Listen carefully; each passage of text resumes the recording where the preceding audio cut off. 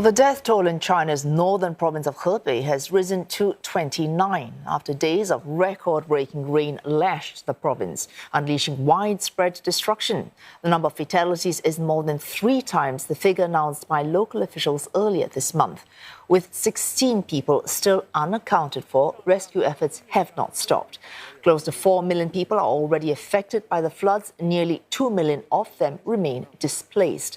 Authorities in Hebei say they will try to ensure residents can return to their homes or will have new homes to move into before this winter, which typically begins at around in November. More than 40,000 homes have been destroyed and an additional 155,000 badly damaged. Direct economic losses coming up to more than $13 billion. Beijing says it will allocate another $200 million in disaster relief, taking the total fund amount to well over $1 billion. If more, CNA's Lo Min joins us live from Shanghai. Min is shaping up to be a Herculean effort rebuilding Hebei. It's 2 years now for reconstruction, so it's very early days yet. Bring us up to speed with the situation right now on the ground. 2 weeks after the typhoon had made landfall in China, the country is still counting the death toll.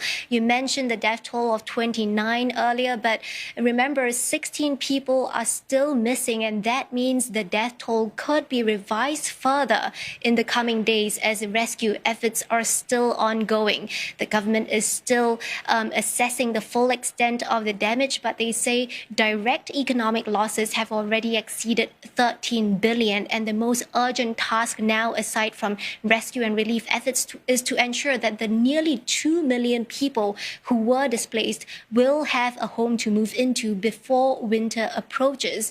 But some residents, though, are criticizing that they did not receive sufficient immediate help in the aftermath of the floods, especially when the authorities had to divert excess flood waters into what is known as flood storage areas.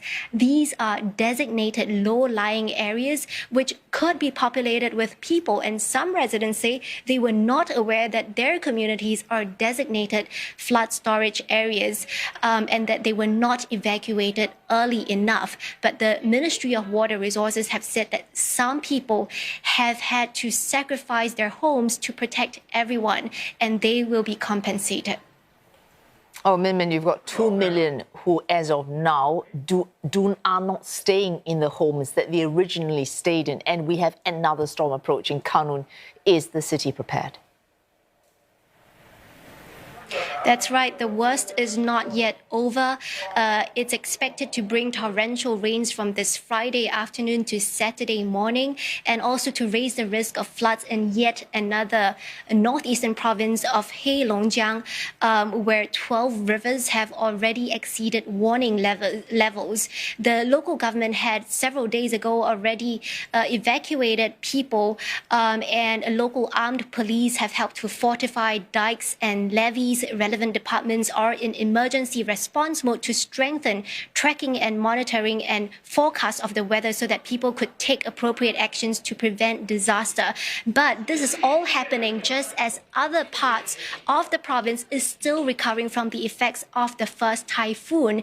And on Tuesday, Premier Li Qiang at a cabinet meeting had called on local authorities to begin reconstruction effort without delay, but also to maintain stability in society, suggesting concerns over potential unrest because on social media we are seeing unverified footage of residents unfurling banners demanding compensation for their loss. And in another sign of the government being sensitive towards criticisms of the flood response, we are seeing blog posts about the floods, including first-person accounts, being censored on Chinese social media platform WeChat as well. The Chinese State Flood Control Headquarters have said that the second typhoon will make flood control and disaster relief efforts, quote, demanding and not optimistic.